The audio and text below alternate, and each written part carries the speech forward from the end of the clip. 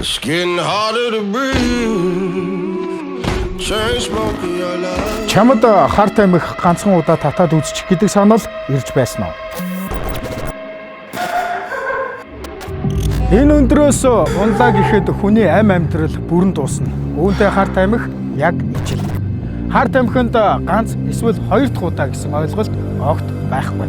Ердөө л эхнийх л гэж бий.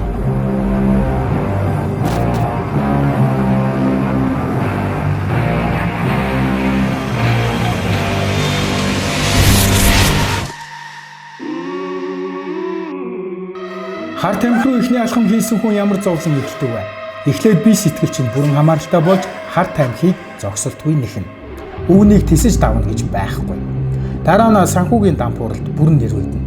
Үүнийгээ нөхөх гэж гэр орноо цөлмөн гинт эргүүлдэж шоронгийн хаалга татна.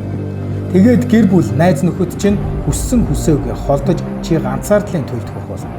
Ингээд донтолтоо дийлхэ байж өөхөх гэдэг сонголтод хүрч амь насаа хохироо. Ийм л хувь тавилан хар тамхичныг хүлээж байдаг.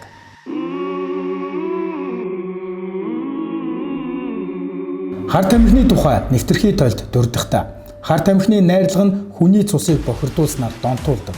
Ингэснээр хүн өөрийн мэдлгүй амиа хорлох, бие эрхтний гэмтэх зэрэг үйлдэл хийдэг. Сэтгэл санаа огцом дээшилж эсвэл огцом сэтгэл санаагаар унаж өөхөх хүсэл төрнө. Үүнийг л сэтгцэд нөлөөлөх хар тахал гэж нэрлэдэг байгаа юм.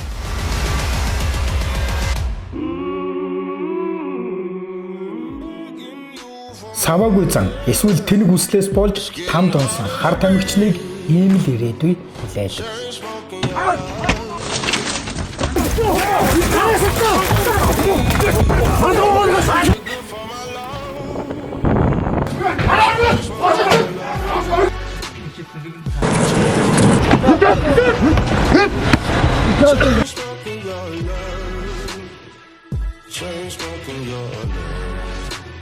Хэн нэгэн шахаж, шордож, гаж зүйл хэрэглэхийг шаардаж байгаа бол тэр хүнийг өөрөөсөө зайлуул. Та шоронд биш, харин тэр хүн шоронд байх ёстой.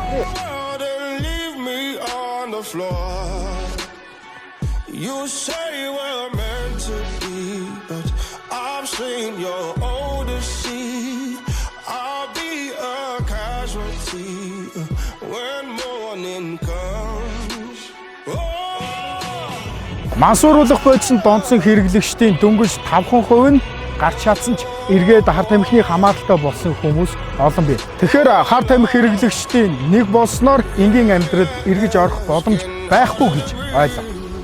Эцсийн үнэн бол хар тамхи хэрэглэгчийг шорон дох тамийн амьдрал эсвэл нохоо шиг өвөл хүлээдэг. Энэ замыг та сонгох уу?